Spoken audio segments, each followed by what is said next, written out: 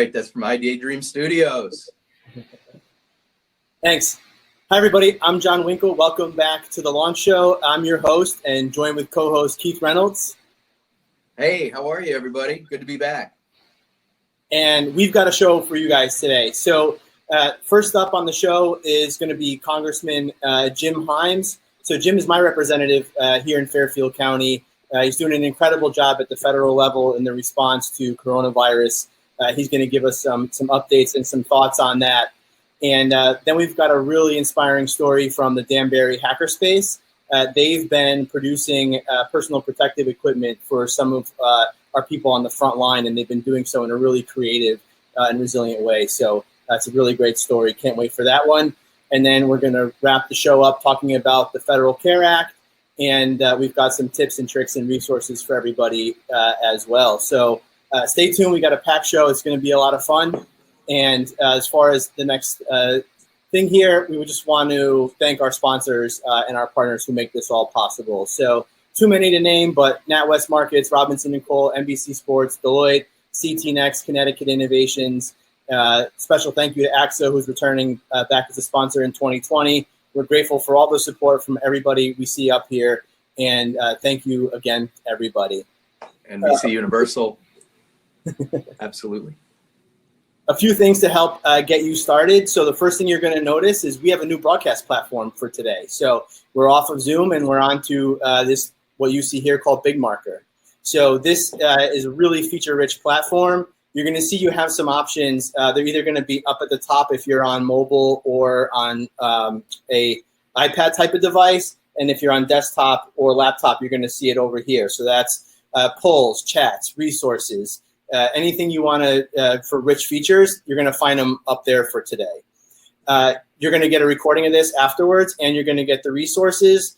And please do make sure to comment, drop any questions you have in chat. We'll be monitoring that throughout the show today, and we'll be looking forward to your thoughts and feedback. So we got a poll up next. Last week, we checked in with everybody to see how it was going working from home. This week, we want to know what you're doing to stay sane. A lot of downtime for people, and tell us what's going on. You working on home projects, meditation? Are you taking walks, having quarantinis with friends, catching up on tasks that have been in your backlog, or binging Netflix? Pick all that apply, and let's see how people are spending their time. All right. I am not seeing the poll results, John, so let us know. Here we go. The poll is up. And so it's a little bit crazy out there, with coronavirus. Certainly not fun for me. My story, I have a 1 and a 3-year-old. I'm home with the both of them. My wife works at Stanford Hospital, so the Danbury Hackerspace story is near and dear to my heart. And so, my answers, walks is on there, quarantinis is on there, binge watching Netflix, work. I might be doing all 6 of these actually, if I'm going to be honest with you. So there's no shortage of stress to blow off at this point. I've been so busy that my binge watching comprises of taking my iPad, curling up on the couch or crash right before I crash, and then I sleep like 15 minutes into a program. All right. So we're gonna go ahead and close that poll.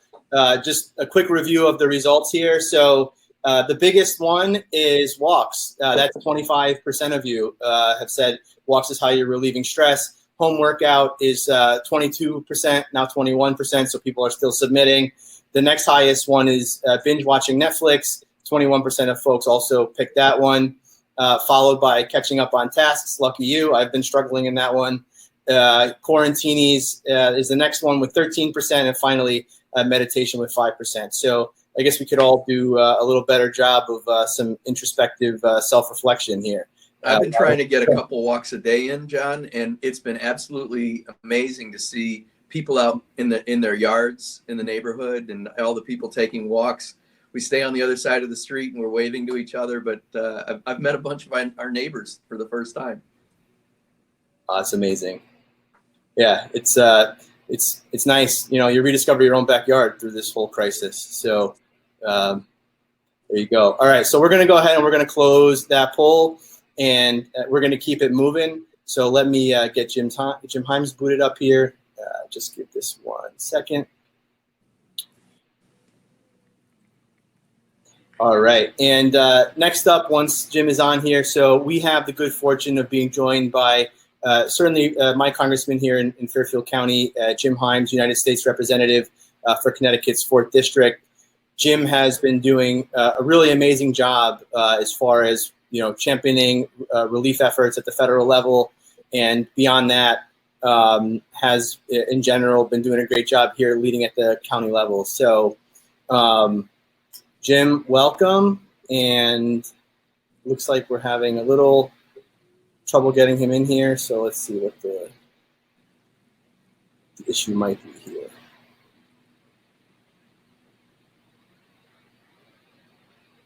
So Jim, if you're there but we don't see you, there's probably a setting at the top or the right to accept the broadcast view. So if you see that, go ahead and click that. I do see you in the presenter list here. Welcome, Jim. Or Congressman Himes, I should say.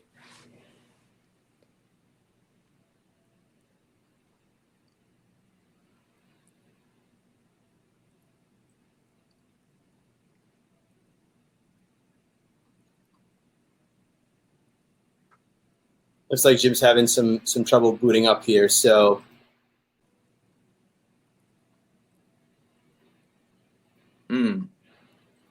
It's always a challenge with technology.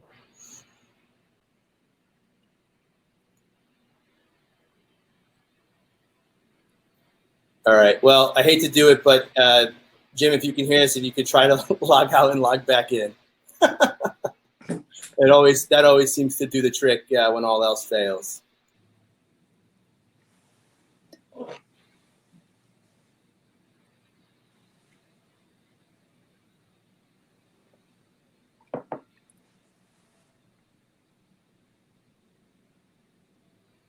All right. Well, we'll give that a couple more minutes to try to get rolling here. In the meantime, I think we can cover a hot topic for this week was Zoom. So we were using Zoom, if you remember from last week, and there were some significant security issues that came out in the news this past week. So you'll notice we're no longer on Zoom, but that is not the reason why. In fact, it's we were more interested in the polling as well as the Q&A features for this call here, and you know, we decided that we were not going to go the way to Zoom. And you know, Keith and I were talking about this last night. You know, Keith had some points about why he thought maybe Zoom was not going to be the right solution for us or maybe anybody in the future. So, Keith, you want to share those thoughts? Yeah. Well, you know, we're representing a lot of the technology component here within Fairfield County, and just wanted to be on the leading edge, but not ignore the security aspect of this. I just saw this morning that the Congress is now not using Zoom for their meetings, and Google is not using it as of yesterday. There's several lawsuits. I think it was 4 lawsuits now against Zoom. So yeah, we were watching this roll up in the week. We were looking for something more robust to run our platform for our webinar, but you know, parallel to our thinking was the security aspect, and it really seems to be coming to a head right now. It'd be very interesting to see what happens. Yeah, and, you know, it's a good point, Keith. You know, my thought on this was that, you know, yes, I mean, Zoom has had some pretty deep issues identified as far as, you know, not working and not being up to par.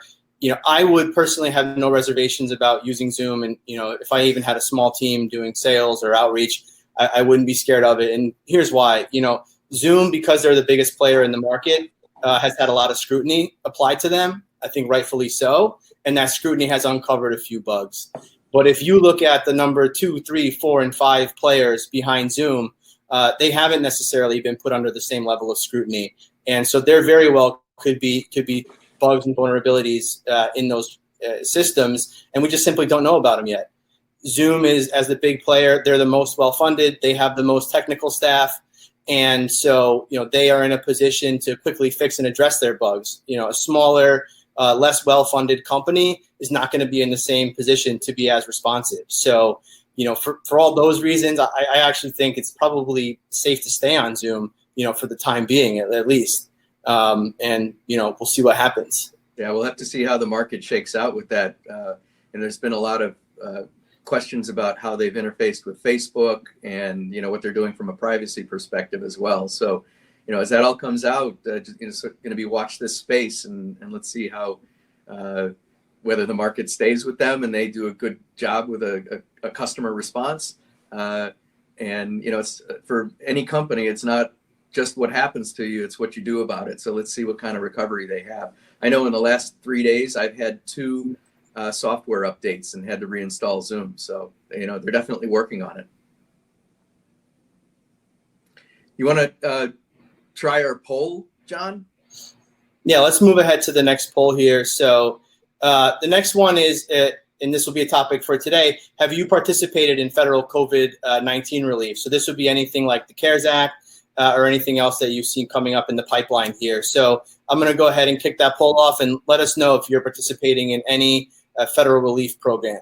Yeah, absolutely. Is it no, I'm not interested? No, it's too confusing. Yes, but unsuccessfully, or yes, and I'm waiting for my application response, which would be, that's where I am. I know, John, you and I both went through the experience. Tell us about how it went for you. Yeah, so, obviously Innovation Week happens each September, and that's, what keeps me pretty busy over here. But the other 11 months of the year, and, Innovation Week takes 6 of those months, but, I'm the executive director of the Stanford Partnership. And so a couple of our board members, as well as our finance committee here, encouraged me to go ahead and make sure that we find out what good solutions there are for us. And we actually ended up looking at the Payroll Protection Act, and it was a little bit of a struggle to find the information actually for that. We compiled some resources here today, so hopefully you guys can see those at the end of the show here when we cover that. But it was, once I found the information, applying for the payroll protection grant was actually pretty easy. So we ended up finding a good calculation for us. Our partner is People's Bank, and they made the application a breeze. So my answer is yes, we submitted for it, and we're waiting, and we'll see what happens. I started doing research last week, and I think I kicked it off Wednesday, did a lot of research on Thursday, and then by Friday I found out that we're not, as an independent contractor, I'm not able to apply for the PPP. So I had to apply for EIDL, the second program that has a $10,000 grant and then a loan component. And the PPP is really around getting your payroll going. So as an independent contractor, on Friday they clarified, and as I don't have payroll, the EIDL was more what I did. So starting on Saturday, I began trying to apply for EIDL. I didn't get it finished until Monday because I couldn't get the buttons that advance the application to work. So it took a full 48 hours for me to get the application to go through. When I called for tech support, they said it was because I was using Chrome.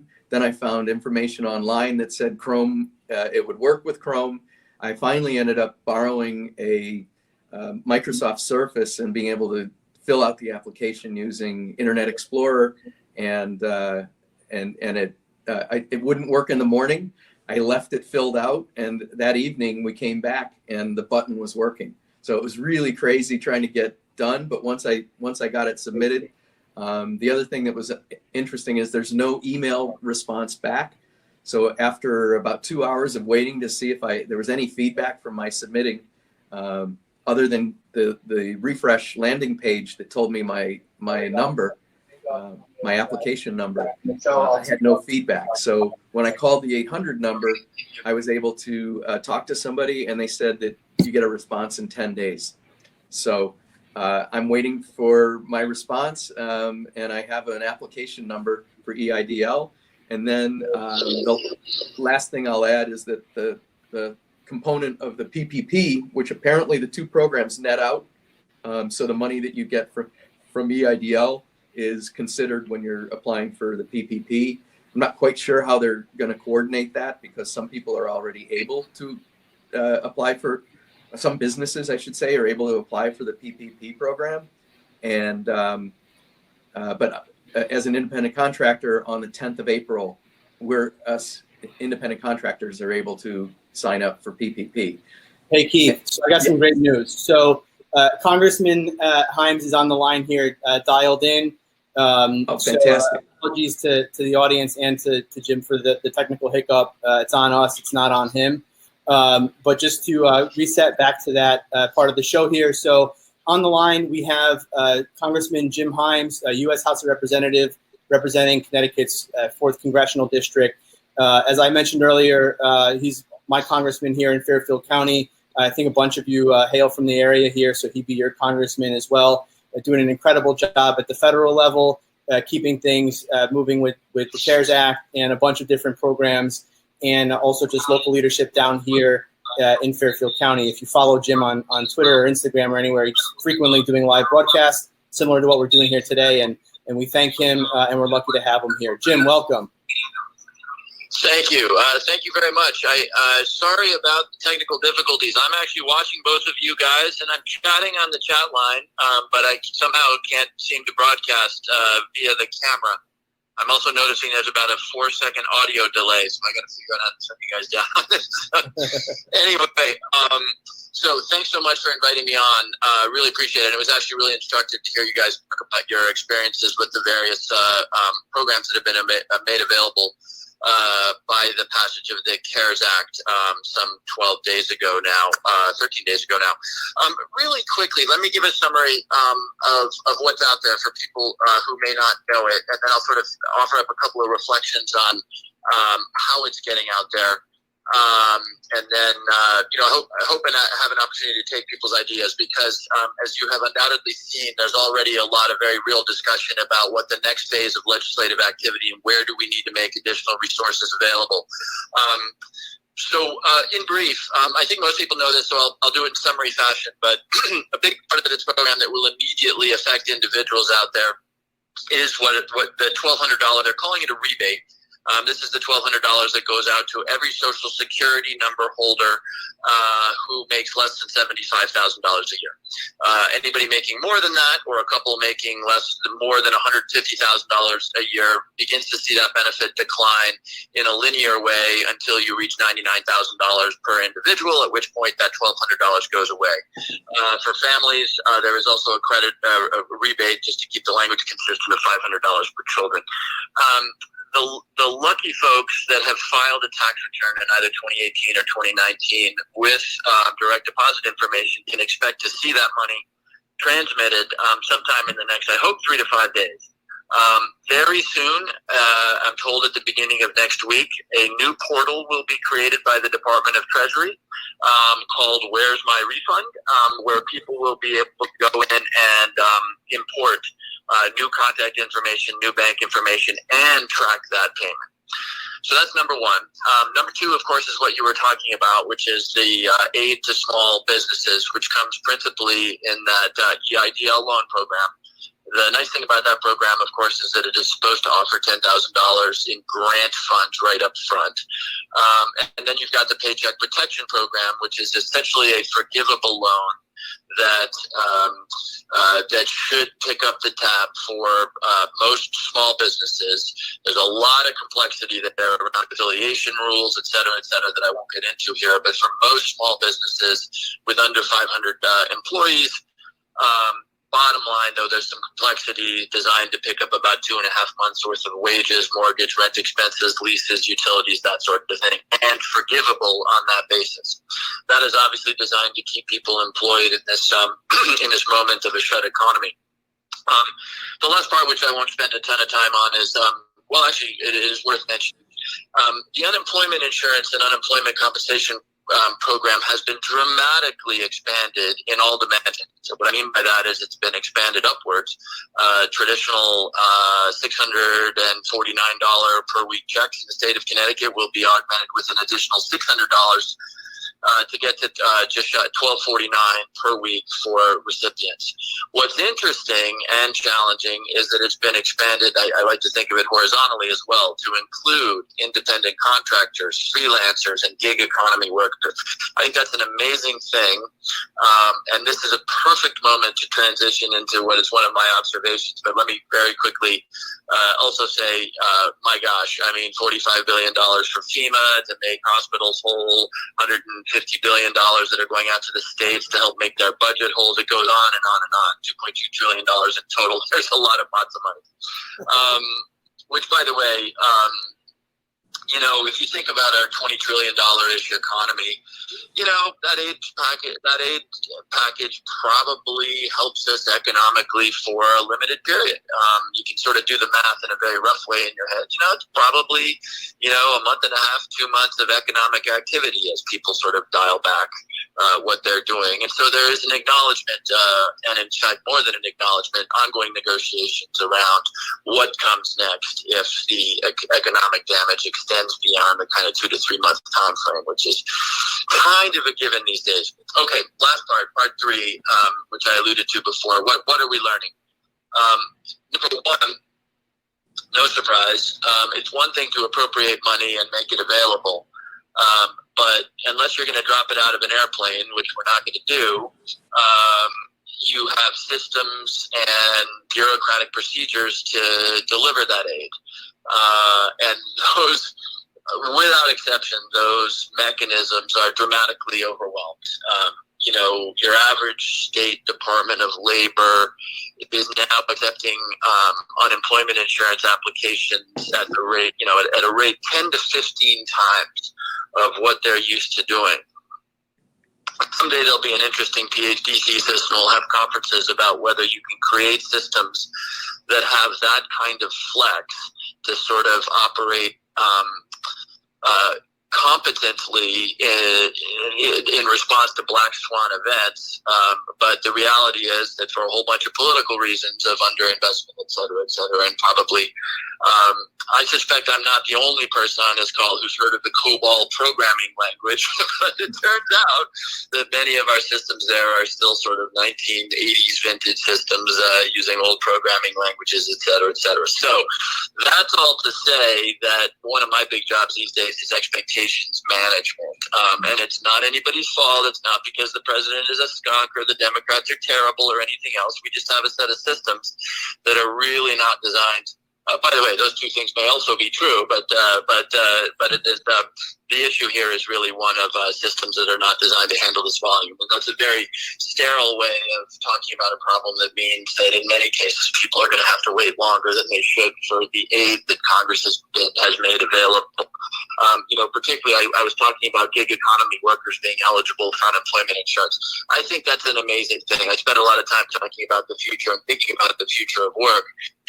Thing. It's where we need to go in the future. But, you know, 2 weeks ago, the idea wasn't even in the imagination of the departments of labor around this country. So they are doing a dramatic reform. You know, it's building the proverbial plane while it's in the air. Yeah. And so I'll close with this.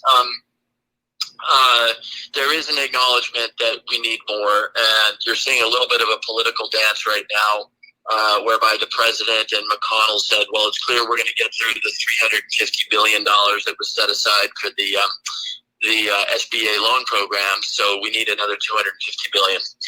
And that's true. We do need more money there. But of course, Nancy Pelosi said, okay, yes, we do need that, but we also need more money for our states, which is, by the way, objectively absolutely true.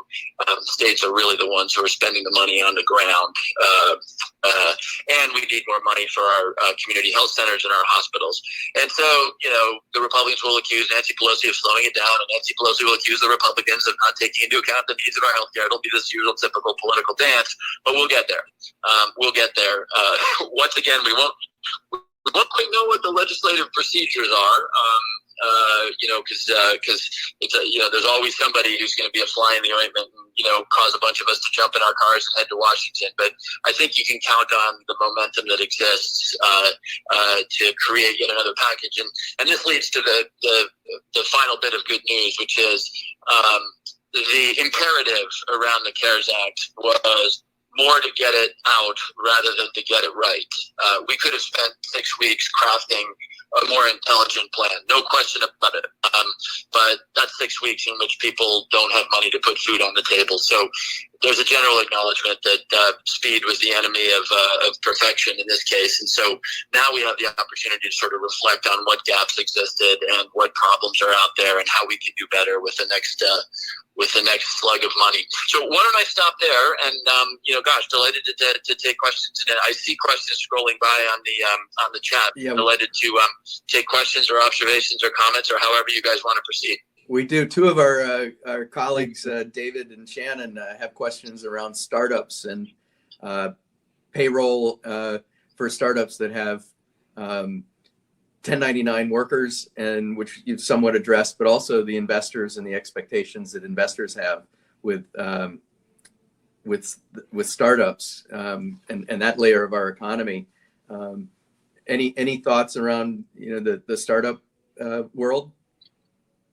Yeah, so a couple of observations, and I'm going to plead ignorance, at least with respect to truly understanding the very complex affiliation rules, which sometimes impact the startups in the definition of a small business.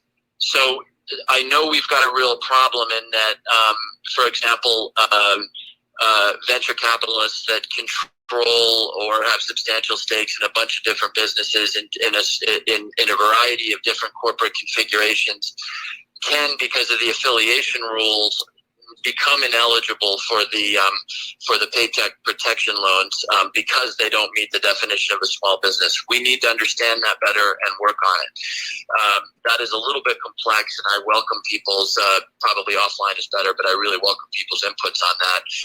With respect to the 1099 workers, so that is a little simpler to explain, but it may not be a hugely satisfying answer.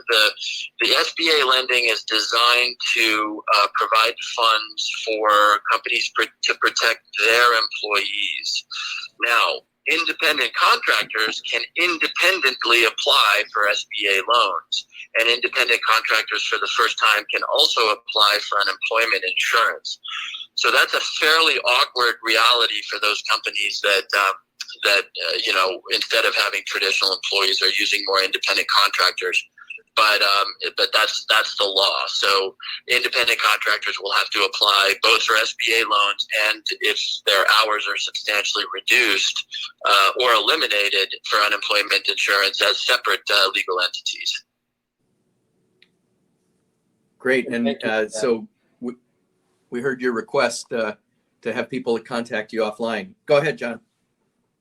I was just going to say that, the composite opinion is it looks like these startups are built with 1099 contractors and there's somehow a miss, for them in the whole package here. So just to help them sort of get a path forward, who should they contact to sort of submit this concern? Would that be like the SBA? Any thoughts on sort of how they can go about having their voices heard on this topic? Yeah, I would, the SBA, as you might imagine right now, is all hands on deck on just processing applications. Yeah. I would actually urge sort of traditional political advocacy, starting with my office. back a million years ago, I was a technology banker, so I spend a lot of time, living in this space, which is not true of some of my more elderly colleagues.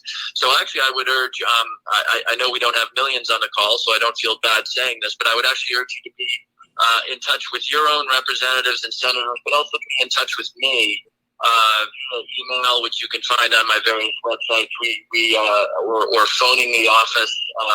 I would urge both routes. Let my office know how, if somebody can put together a succinct email on what the problem is and what a proposed solution is. And you have to remember, proposed solution needs to always make reference to the public good. For better or for worse, the Congress of the United States is going to be much more focused on helping that struggling 1099 worker than making sure that Venrock, has no bumps in the road here. So, within the bounds of what is sort of politically oriented, I would be enormously grateful for, people to elaborate what the problem is and even to propose solutions. Great. We got another question here. In what areas of the economy do you think that there's the most space for entrepreneurs to step up? One, to help the nation respond to the crisis, and two, to fill or meet new needs that didn't exist before the crisis. Sounds like a real entrepreneur here. Yeah, what a cool question. I'm a temperamental optimist, so I'm always sort of trying to tease out what the good news stories and what the opportunities are, even amidst this really awful crisis. A couple of obvious ones. These will surprise nobody, but boy, are we ever living a real-time experiment in what we've all talked about for a very long time, which is, how important is it really for me to get on that early morning flight to Chicago to go to the business meeting? And we're doing a real-time experiment in distance learning, and the ability to see what worked and what didn't work. I must admit, I had never heard of Zoom 5 weeks ago, and now I'm a citizen of the University of Zoom. And so I think there's probably some truly amazing opportunities in identifying what really worked and what didn't work, and trying to fill those gaps, building out, between remote learning and remote business, even the personal side. I got to believe that the social media platforms are probably closely observing what's happening right now, because we are being forced to give up, all of that more those traditional modes of contact. Then there's a whole other thing here, two other categories very quickly. You can tell I get excited about the future of work, and eventually some good minds like the ones that are on this presentation are going to draw some conclusions about not just how more independent, non-traditional employees, entrepreneurs can function even more efficiently than they do today, but how the safety net can be there to assist them. And I don't just mean safety net in the context of a disaster like we're living through right now, but I mean things like retirement plans. You sort of think about it. We committed an original sin back in the 1940s and the 1950s when we transitioned most of our social safety net. Retirements were about corporate pensions or union pensions. Healthcare was delivered through our businesses, and we're moving into a world where businesses are much more volatile than they used to be. They take on shapes that, Kodak and IBM and GM would not have recognized 50 years ago. And we really need to think about how we recalibrate our society, but in particular our kind of systems of education and our social safety net to reflect the way people work today. So anyway, that's a couple of thoughts right off the bat. We also, one last thought, and this is something that's intriguing me. The political moment, obviously, the president's philosophy is one of building walls and America first, and keep the foreigners out. And again, I try very hard not to be political in these types of calls, but that's sort of the overall philosophy. Well, boy, did we ever just get an object lesson about what can happen on your main street when a bug you've never heard of in a Chinese city you've never heard of goes rampant. And so I'm hoping that even the most isolationist folks out there realize that, we better do a lot to reflect the interdependence that we have. On a call the other day, I said, look, we're never going to have a relationship with China like we do with the United Kingdom. We've just got different values. We're never going to have that. But son of a gun, I want 250 CDC people living in China. And I want China to know that those CDC people are not collecting intelligence surreptitiously. And by the way, I want Chinese, CDC people here in the United States. We need that kind of constant interaction and interrelationship if we're going to address this kind of globally inevitable problem. Wow, it's there's clearly more collaboration and communication that needs to happen. We got caught here, it seems, a little bit with where the U.S. is now. So that's really great, Jim. Thank you for your time. Apologies to you and the audience on the technical hiccups that troubled us along the way here, but like entrepreneurs, you figure it out. So we're really lucky and grateful to have you on speaker here. And again, we really appreciate it. Thank you. Thanks so much for the invitation, and good luck and stay safe. All righty. Thank you. Thanks again. A story that I'm just thrilled to present. We had the opportunity to meet Mike Kalchny and Ava Seeley, talking about what they've done through the Danbury Hackerspace to bring personal protective equipment to our healthcare workers. Mike, you want to introduce yourself? I think they're having the same issue that Jim was having. Really? Yeah. All righty. We had him on earlier. So I think what's the best course of action here is I'll jump ahead to the CARES Act. And Keith, if you want to try to get them on speaker on a merged call with the three of them, and I'll go ahead and start to cover that topic. Okay. Mike and Ava, let's see. I'm going to reach out to Greg. It's a miracle. Ava's here now. Oh, Ava. Hi, gentlemen. How are you? It does work. It works. Woohoo! All right. Beautiful. So, Keith, please. Yeah. So we'll try and get Mike up here, but Ava, do you want to introduce yourself and maybe just introduce Mike since, there's Mike. There's Mike. Yeah.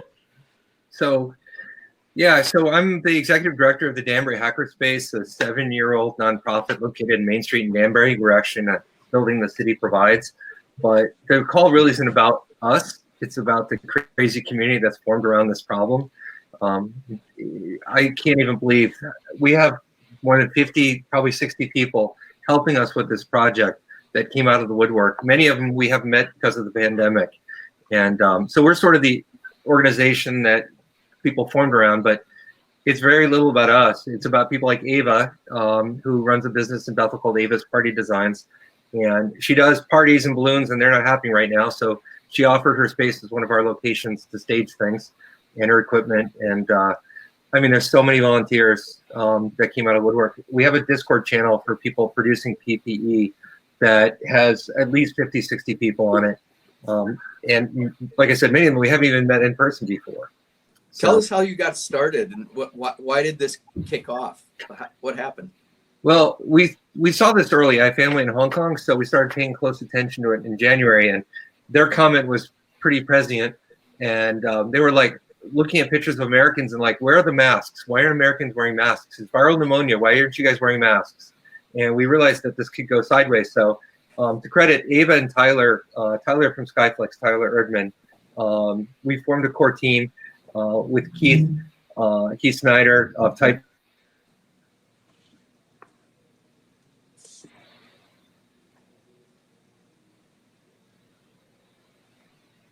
Whoop. I think we've lost Mike.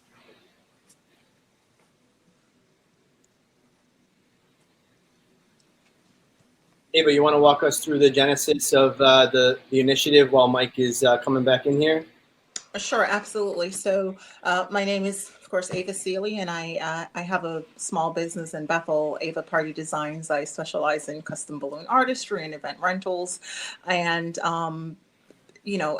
as you can expect, what I have is a non-essential business. And once this started, even before, once we saw what was happening in China, I kind of started to make preparations for my business to basically just shut the doors and wait this thing out and follow the guidelines of the CDC and other local officials.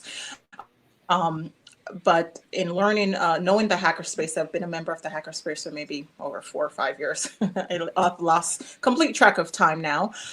So we're a group of makers, and our thing is making things. And we've always had meetings where we help each other, individual businesses. If somebody's good at something, they'll do that. And we're just like, we were already a team before.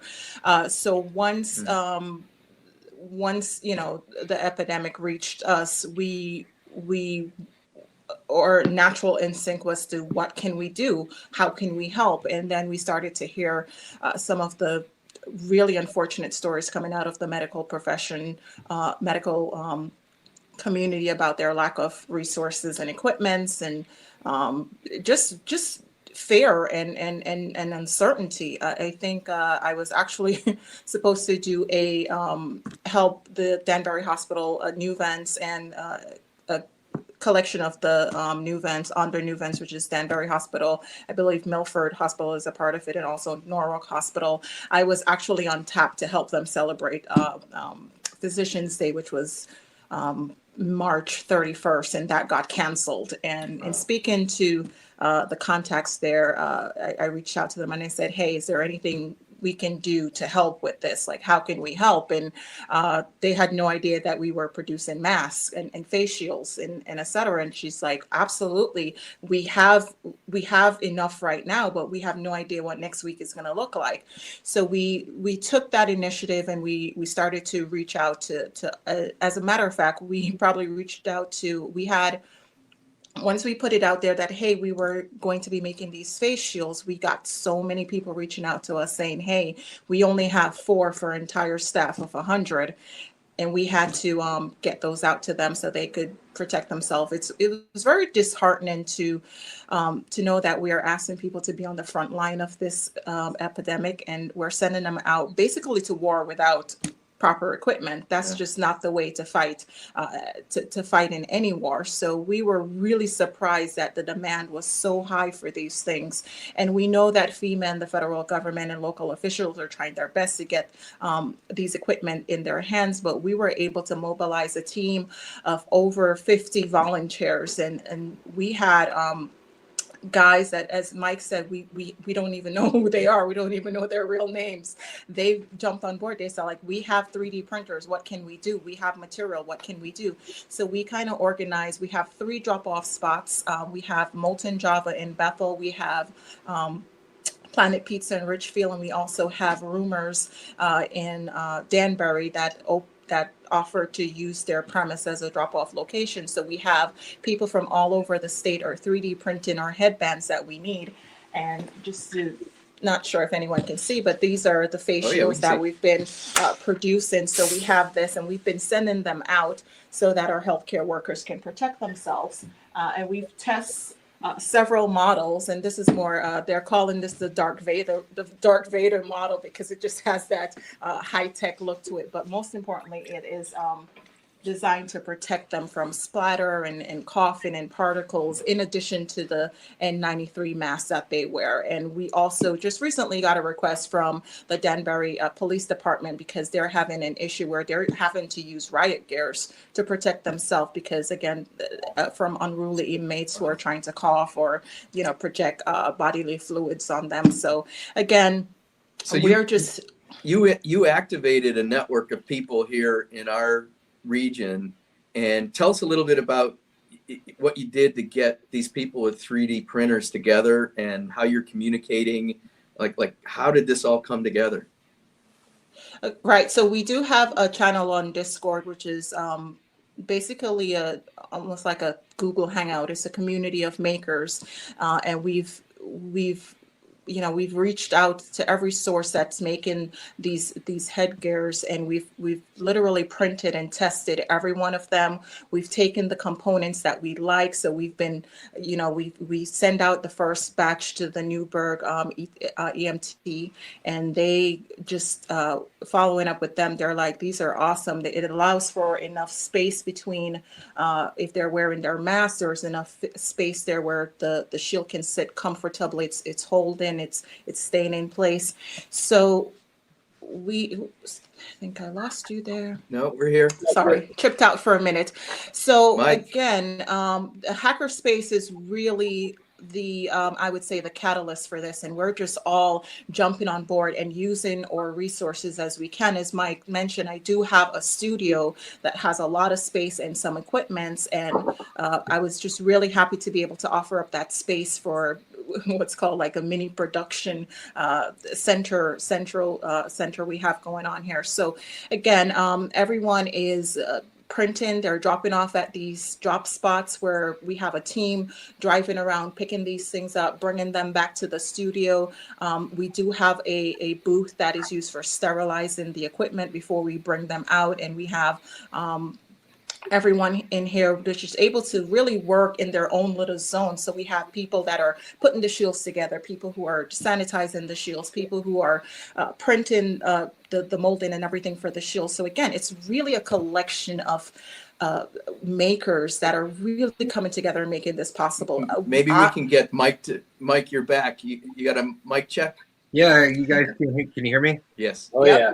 Why don't you give us a little bit of the Hackerspace perspective on pulling the technology together to get 50, or I don't know how many machines you have, but the 3D printers all coordinating to make the right stuff. So first things first, guys, don't change the software you're using when we are on the show next time. It locked me out hard. Interesting though. So what happened is we switched to Discord. Internally, we use Slack as our communication tool, but we want to open up to the public. So we use Discord, which is a sort of more voice and chat. And as we put out a post on Facebook saying, hey, if you're out there and you want to get involved with the 3D printer, I screened them and then we threw them into Discord. And it was great. Like I said before, we've never met many of these people, and they're all working together, helping each other out, working on the design. So we iterated a bunch of designs and finally came up with things that worked. We used it for sourcing materials. In fact, someone that came through Facebook, went on Discord, turned us onto a source of plastic, which is the hardest thing to find right now. All the supplies, the supply chain is broken right now, not just in PPE, but on things like plastic for the face shields. So I think we're the only people in the region that actually have this plastic, and we found a new source and are trying to share it. Wow. So, what other difficulties have you run into? well, there's a pandemic going on, so we're trying to keep everyone safe. Ava's awesome at her place at, making sure everyone's got masks and gloves and that sort of thing. But we're trying to keep our teams diverse. We're setting up, before the call, we were setting up a new production facility on Main Street, Danbury. We just partnered with the Danbury Museum, and they're going to provide one of their buildings for a safe location for people to do that, to actually make the face shields. We really need help with production. We have drivers. It's crazy. We have drivers. We built a company in 2 weeks. I mean, Ava's obviously one of the heads of this outfit, and we couldn't have done it without Ava or Tyler or Keith or Greg and his wife. But we've got.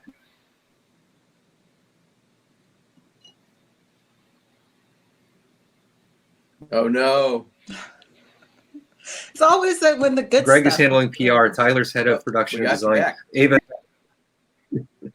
So yeah, it's insane. And then donors. I got to tell you, we were expecting a large company to come in and place an order. We didn't. We're a nonprofit. We don't have a lot of money in the bank, and the community has rallied, enabling us to buy the equipment and buy the plastic we need just through Facebook donations on our website at danburyhackerspace.com.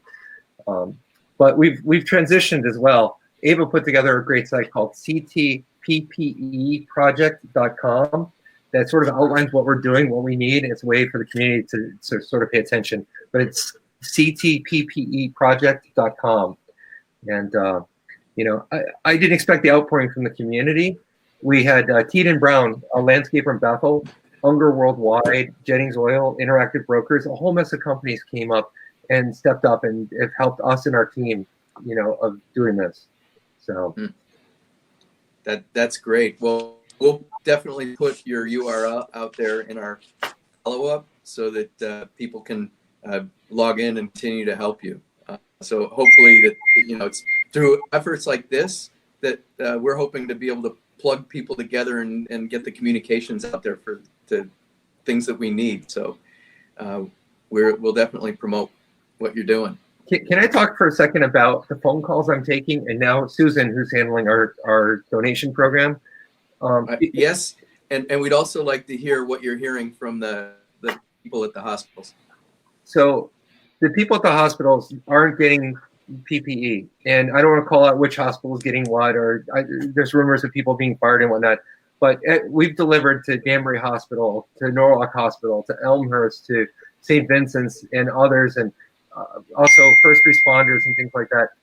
It's disheartening to take a call when they say that they have very few face shields, which is like the first bit of protection.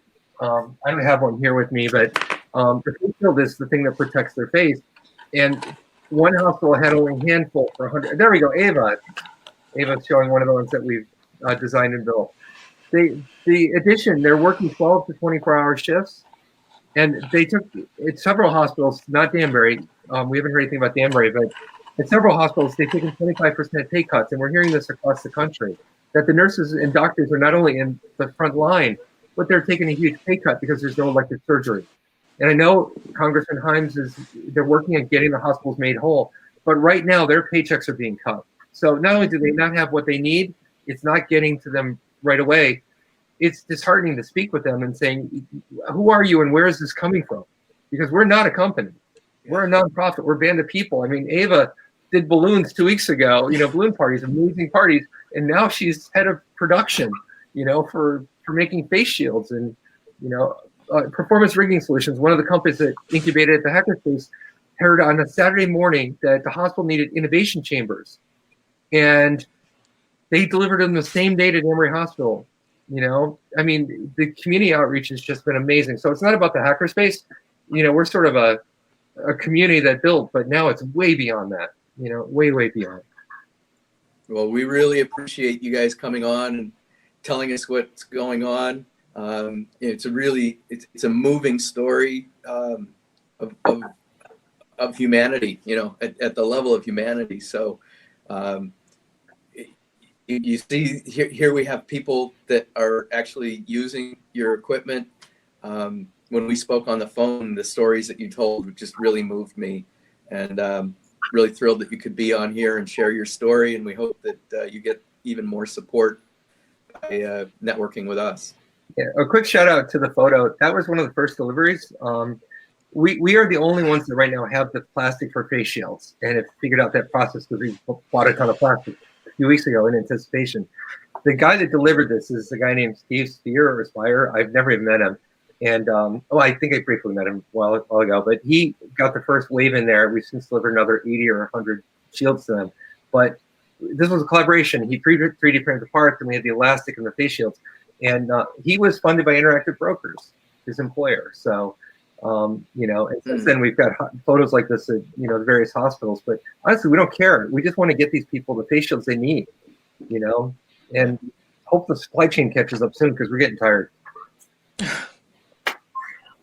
Hopefully, we have the end in sight, and or either the end's in sight or production capabilities rise to meet the demands. But wow, as a society, we're lucky to have you guys.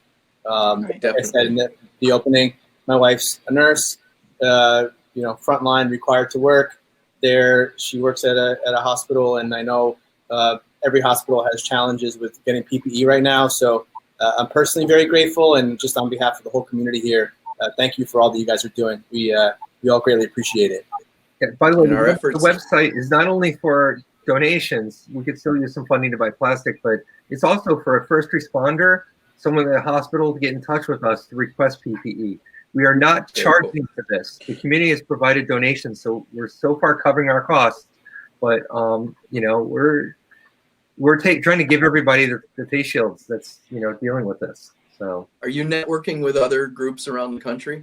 Yeah, actually, there's a Facebook group that has, I think, last time I looked, 70,000 makers. I started by Guy up at Artisans Asylum, and he's founded one of the biggest spaces. But we're locally in Connecticut. I want to give a shout out to the other guys that stepped up. Make Haven, JR and his crew have done an amazing job. We're sort of regional, so Makerspace CT in Hartford has been amazing. The guys at CT Hackerspace in Watertown, the Vlad and his crew down in Fairfield. We have calls every week. We're trying to communicate. We're sharing resources and materials and supplies, and it's nationwide, but it's also on connected level. We all know each other for years, and we're all working together. And that includes, I think I heard you say the other day, sharing the CAD drawings and the CAD software so that you're coordinating what equipment's going where and being able to share and speed up everyone's development time. Yeah, well, we're all learning from each other. Like the design we started with is not where we're at now. And then you might have seen Apple, Tim Cook briefly held up a face shield design and didn't show it to us. And the guys have already reverse engineered it. We're looking at actually emulating that design. You know, we're learning. We're able to move very quickly because, you know, we can change. Ava and Tyler can change the CAD files and start printing a whole new design immediately. So it's very nimble production.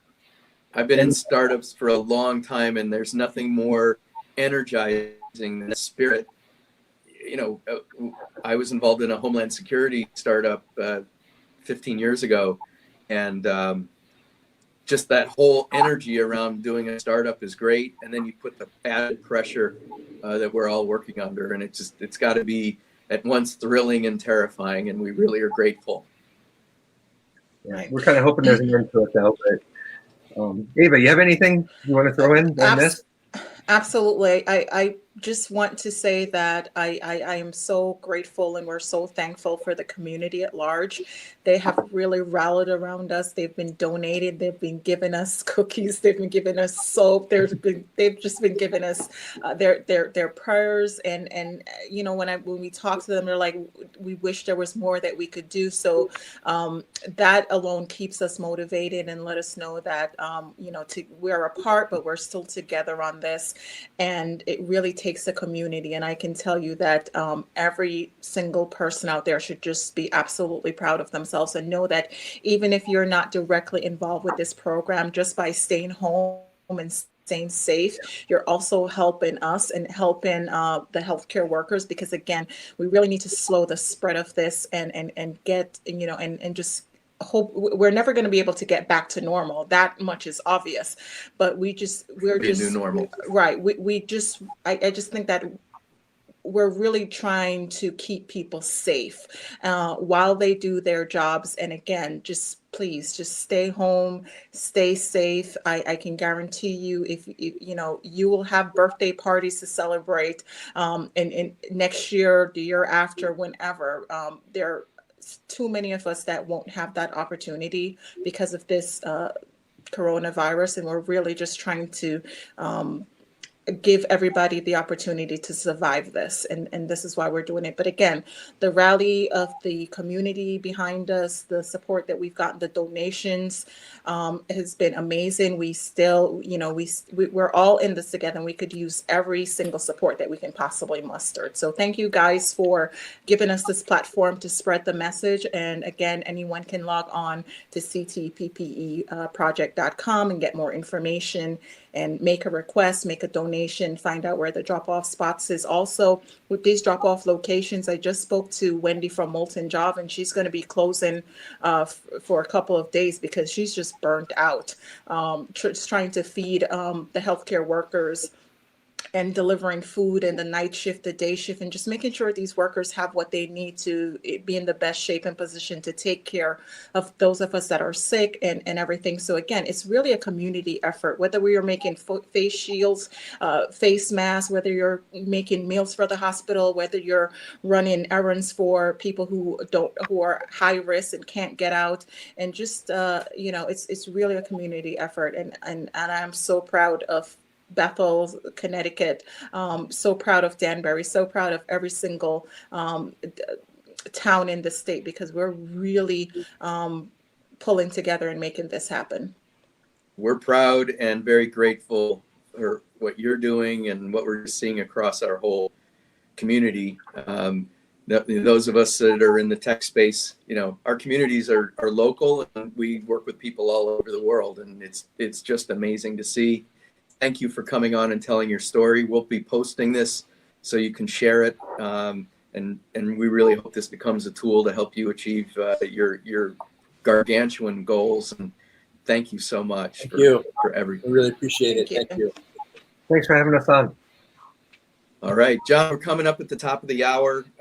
Yeah, let's just wrap this up with one quick thing here. So, you know, I had promised on the last show I was going to reveal how to get toilet paper and paper towels and hand sanitizer during the middle of this crisis. It's not easy, but there is a strategy, and I promised it, so I got it for you. So what I've been doing is I've been going out very early on Tuesday and Wednesday mornings to a cluster of grocery stores that are all close to each other.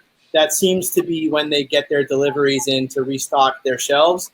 And between hand sanitizer, paper towels, toilet paper, I've been able to get all of it. The proof is in the pudding. I brought it with me to prove that this does work. So find 4 or 5 grocery stores that are close together. Go on a Tuesday or Wednesday as close to 8, 7, 8 in the morning as they'll open and let you in. And you'll be able to get it. And Keith, did you try it this morning? Actually, I actually did, and I'm in. I was there at 8 o'clock this morning. That's excellent. Quick sneak preview of the shows coming up. So there is some countries out there using drone technology to look at people's body temperature and identify potential people who may have coronavirus, and some really interesting use of AI. So we're gonna dive deep into that. We'll cover the CARE Act on the next call, and hopefully there'll be another tranche of federal funding at that point. So we'll stay on top of that story as well. And if you see a story out there, let us know. What we're planning to do is a weekly show on Thursdays for lunch, and then throughout the week, if we can catch other interviews, our goal is to be able to capture them and load them up on the platform and share them throughout the week. So thanks everybody for joining us. John, you're awesome to work with. This has just been, I don't think on the scale of trying to get PPE equipment to the hospitals, but we've just, and Shannon Daniels as well has just been tremendous in helping us pull the format together within Captive and her software. So thanks everybody who's made this possible. And thank you, Congressman Himes, if you're still on the line. And y'all have a great day. Thanks, guys. Thanks, everybody. Have a good one. Stay safe. Stay safe, stay put, stay healthy.